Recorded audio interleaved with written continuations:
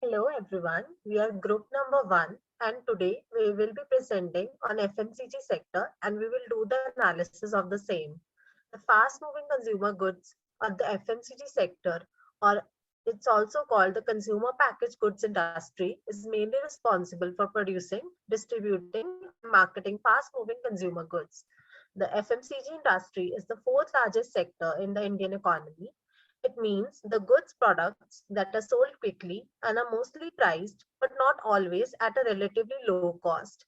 Example include non-durable household goods such as packaged foods, beverages, toiletries, candies, cosmetics, over-the-counter drugs, dry goods, and other consumables.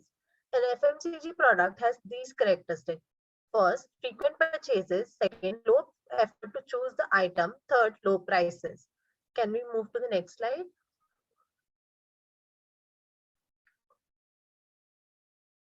Now we'll look at the Potter's 5 model analysis of the FMCG industry. First is the competitive rivalry. The competition in the case of FMCG industry is high. The FMCG industry is highly fragmented since more and more MNCs are entering the market.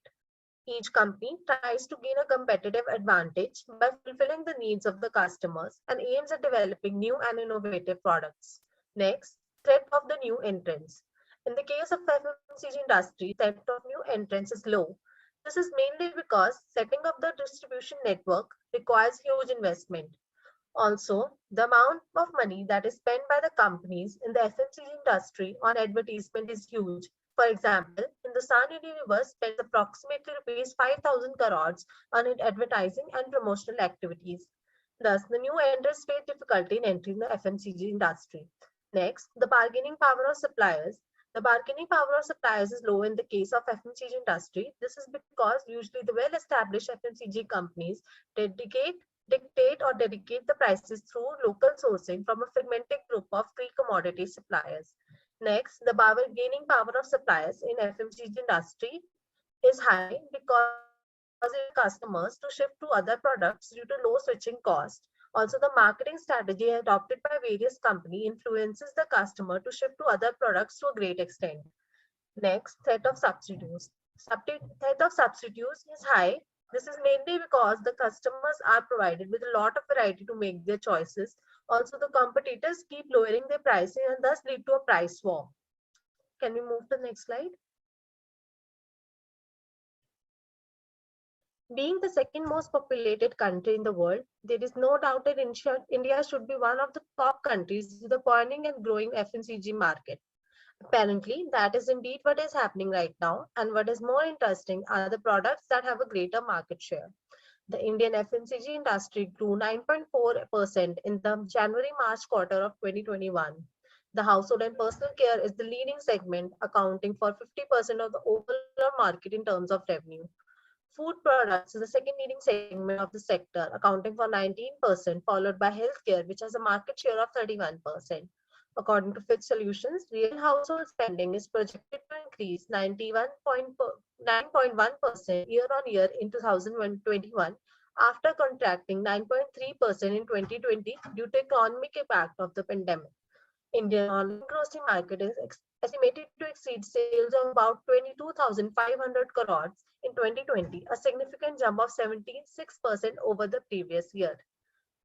The rural FMCG market reached US billion dollars 23.6 in the financial year 18. The FMCG rural market is expected to grow to US $220 billion by 2025.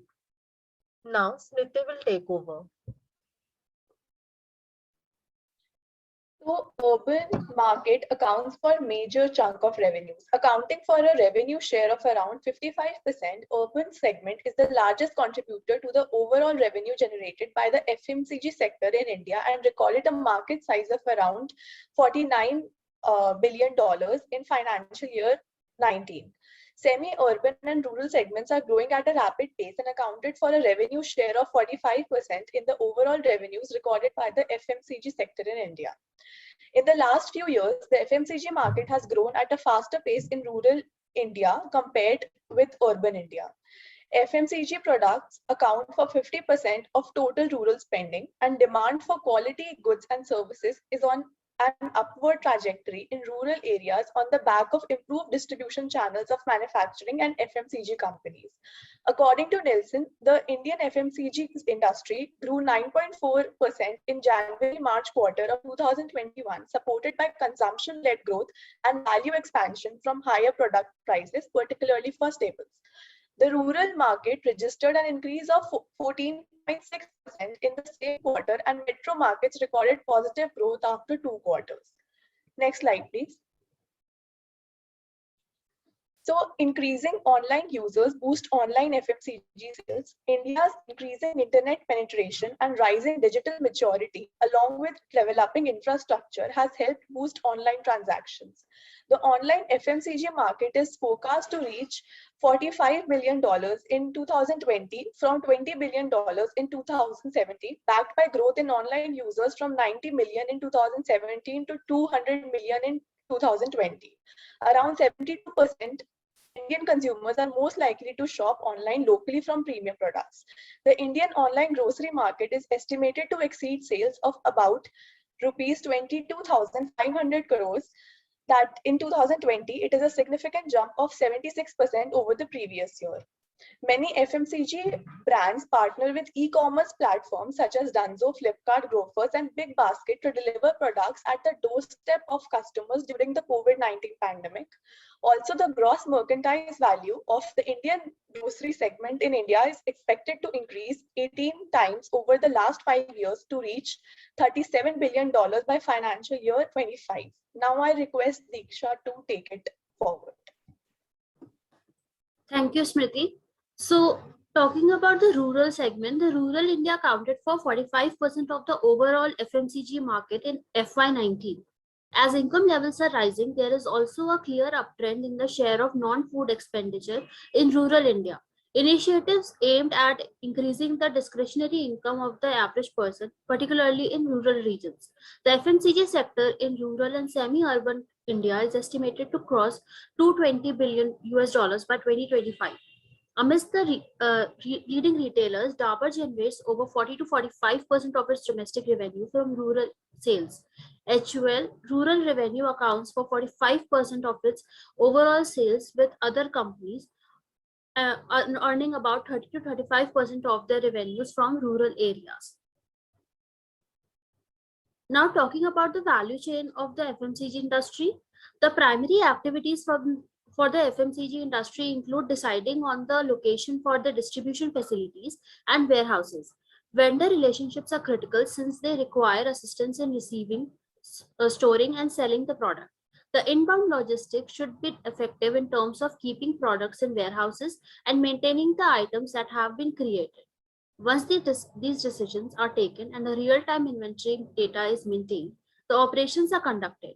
The usual production and standardizing of a supply chain model by accessing the real-time data for strategizing the further stages is done. The next stage is delivering the products to retail stores. The technology is deployed to monitor the delivery in real time. Then market strategy and pricing strategy are decided. This is affected by the regions or the market the companies target. In terms of services, to attract new customers and retain the old one, pre-sale and post-sale services are important. For example, HUL provides services like Lakme Salon and in-store sampling, etc.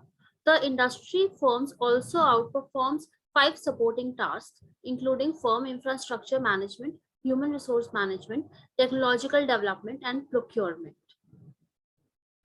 There are 13 major companies in the Indian FMCG sector. The list with their respective market share is shown on the screen. We have taken 2 of the major companies into consideration, ITC having 12% market share and HUL with 14% market share, for further discussing the FMCG sector in India. Now, Disha will take it forward with ITC. The Indian company which we chose was ITC. ITC was established in the year 1910, which later became a diversified conglomerate. Recognizing the multi-business portfolio of the company, which had a wide portfolio of businesses, The company was renamed as ITC Limited, wherein the ITC does not exist as an acronym. Next slide, please. Business strategy of ITC. ITC follow a cost leadership strategy. It focuses on providing value to the customers at competitive prices. ITC has a strong hold on its input cost. The distribution channels have been a source of competitive advantage for them. Moreover, the eChopal model has proved to be of immense benefit to them as it is a source of direct procurement for them. They have partnered with over 1 lakh farmers for sourcing spices, wheat, as well as large number of oilseeds. They use the packaging material, which is itself produced by ITC. Moreover, for procuring raw materials, they have a large-scale involvement in their various forestry as well as harvesting programs. Next slide, please. Corporate strategy of ITC. ITC has followed a diversification strategy. ITC has transitioned itself from being a leading cigarette manufacturing company to becoming a conglomerate with a wide range of business portfolios. The main objective of this diversification was to enhance its brand image in order to detach itself from being dependent on tobacco-based products, since there were growing health concerns regarding the consumption of tobacco. Moreover, they had entered into the hospitality industry and went on to become one of the leading players in the hospitality industry. Also, its FMCG business can be seen to be on a growing path. Heavy investments were also made to foray into the IT business segment.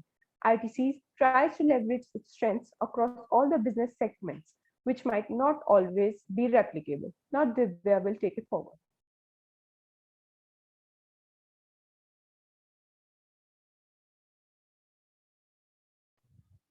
The international FMCG company that we have taken is Unilever. It is a British multinational consumer product organization based in London, England. It was established on 2nd September 1929, and the items include frozen food, yogurt, vitamins, tea, coffee, breakfast cereal, cleaning products, water, and air purifiers. They started their business around 1890 with the British soap maker company named Lever Brothers. Unilever is the biggest maker of cleaning products, and their products are accessible in around 190 nations. Next slide.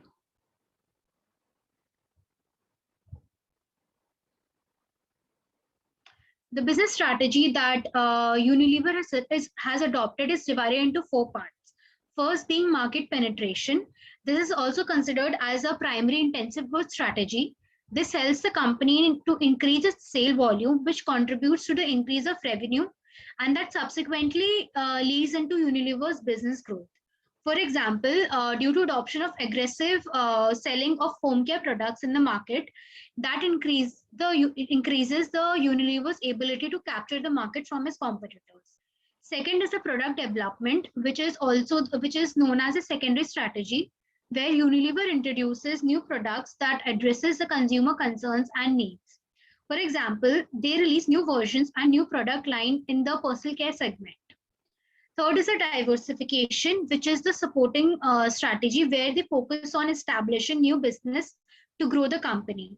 For example, to achieve diversification, they acquired Sara Lee Corporation in 2009. This competitive strategy ensures that the Unilever's acquired companies offers unique features that attract the target customers. Lastly, it is the market development strategy, which is the second supporting strategy, where Unilever enters a new market and market segments to facilitate their growth. For example, by marketing their current product in the new market, it helps them to grow as it is a new solution to unaddressed needs in the current market segments, such as infant care needs. Next slide. The corporate strategy that Unilever has adopted is broad differentiation.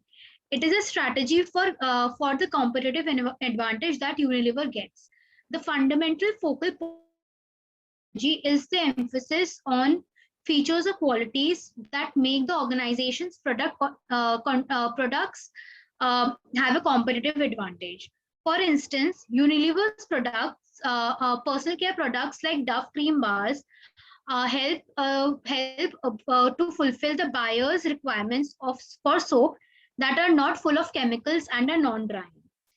Now, how does Unilever compete? First, it is Unilever's market strategy is a purpose. It acts as a purpose-driven brand, where it is to integrate its global strategies with the local community in order to attract consumers who are drawn to products that are well known by all around the world while retaining its local essence. Second is Unilever, which develops a customer-first business strategy. Because of its constantly evolving values among global customers, the organization has a competitive advantage. Furthermore, it has a diverse portfolio of top brands, allowing it to achieve unique positions and innovative products for the global consumers. Lastly, Unilever is a company that prioritizes sustainability in its business strategy. Recently, they celebrated 10-year anniversary for its sustainable living plan, where the company pledged to provide sustainable living conditions for 8 billion people worldwide. To conclude this presentation, it is estimated that FMCG accounts for a quarter of India's economy total output.